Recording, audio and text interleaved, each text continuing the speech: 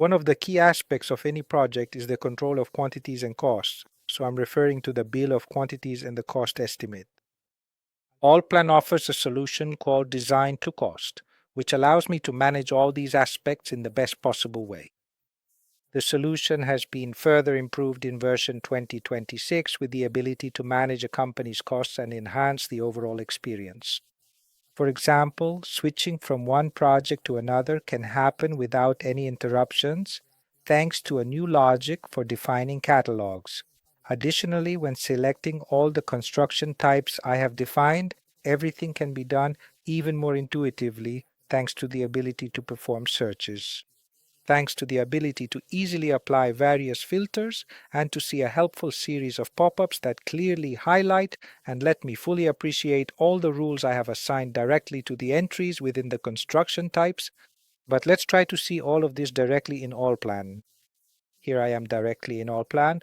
At this point, I move to the Options section, Catalogs, and select the Assign Catalog entry. Under the material entry, a generic item called Smart Catalog appears. The name of the XML file in which I defined my construction types no longer appears, because the file will be considered based on the settings I have defined at the project level. So, when switching from one project to another, I will no longer have to modify the reference catalog. Let's try selecting an object to see how a new selection dialog is now available, which contains a whole series of improvements. For example, I can now navigate directly through my construction types using the arrows as well as expand or collapse them as needed. Thank you. The individual construction types, and when I have a very long list, I can use convenient and helpful search tools that allow me to immediately and easily find the word I'm looking for. At the same time, here I can find the construction type again, and then I have the possibility to also see which rules I have assigned directly to all the analysis items of my construction type. At this point, let's select the construction type, and once I have performed these kinds of operations, as usual, I can generate a report to then carry out a whole series of quantitative and economic evaluations.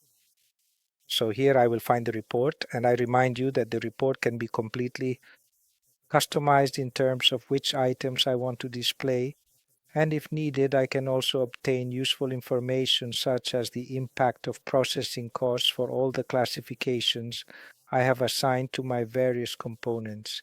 At the same time, I remind you that the reports can be exported directly within Alpan or into external applications.